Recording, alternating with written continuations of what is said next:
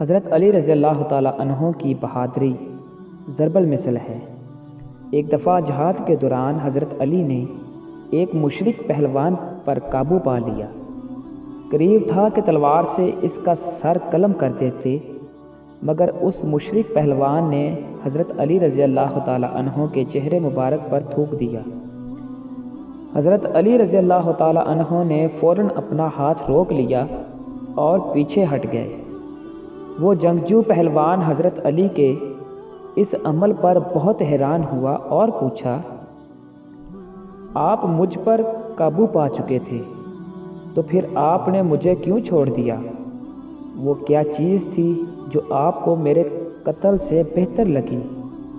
کس چیز نے آپ کے غصے کو دور کر دیا اور آپ کی بجلی جیسی تیز حرکت مدھم ہو گئی؟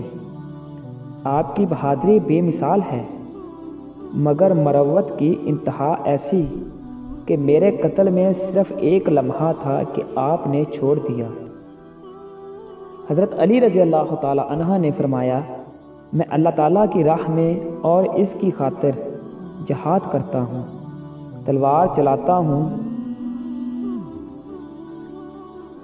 میں اپنے رب کا بندہ ہوں، اپنے نفس کا غلام نہیں۔ اے پہلوان، جب تو نے مجھ پر تھونکا میرے نفس میں اشتعال آ گیا۔ اگر میں تجھے غصے کی حالت میں قتل کر دیتا تو یہ قتل اللہ کی راہ میں نہیں بلکہ میرے اپنے نفس کی تسکین کے لیے ہوتا۔ میں اللہ کی راہ میں جہاد کر کے نفس کی خواہش اس میں شامل نہیں کر سکتا۔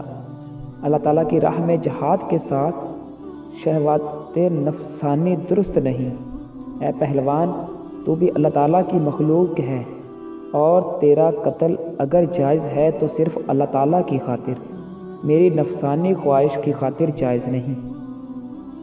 مشرک پہلوان نے جب حضرت علی رضی اللہ تعالیٰ عنہ کی بات سنی تو اس کے دل میں نور ہدایت چمک اٹھا اور وہ پکار اٹھا، میں نے آپ رضی اللہ تعالیٰ عنہ سے جنگ کر کے ظلم کا بیج بویا تھا، اب میں بھی اس شمع کا پروانہ بننا چاہتا ہوں جس شمع نے آپ رضی اللہ تعالیٰ عنہ نے نور حاصل کیا۔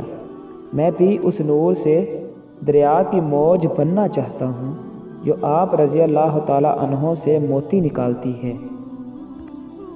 چنانچہ حضرت علی رضی اللہ تعالیٰ عنہ نے اس پہلوان پر اور اس کی قوم پر دین اسلام پیش کیا اور بہت سے لوگوں نے اسلام قبول کیا۔